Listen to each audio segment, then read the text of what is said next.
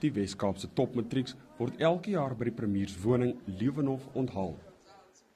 Vanjaar het die minister van basiese onderwys, Angie Motshekga, ook die geleentheid bygewoon. Die provinsie het die beste slaagsyfer in die land behaal, 84,7%.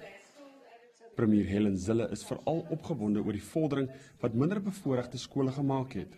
Vanjaar was dit spesiaal vir ons belangrik, omdat die armer skole in die provinsie so goed gevaar het en soveel beter as ooit in die verlede.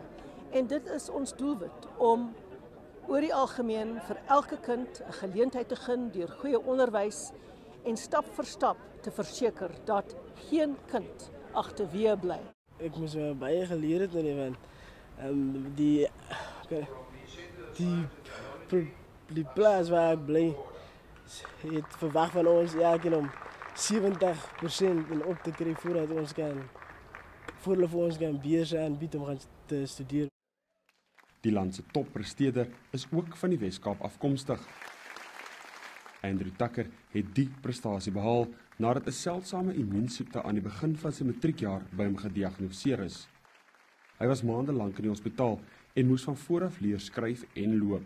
Obviously, to catch up all of the work in the first place was extremely difficult. I had to catch up almost the entire first term and bits and pieces of the second term, which is where most of the syllabus is taught.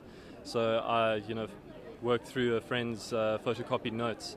I just went through, each single one and, slowly made my way through it. Anthony van Merwe, Unies, Kaapstad.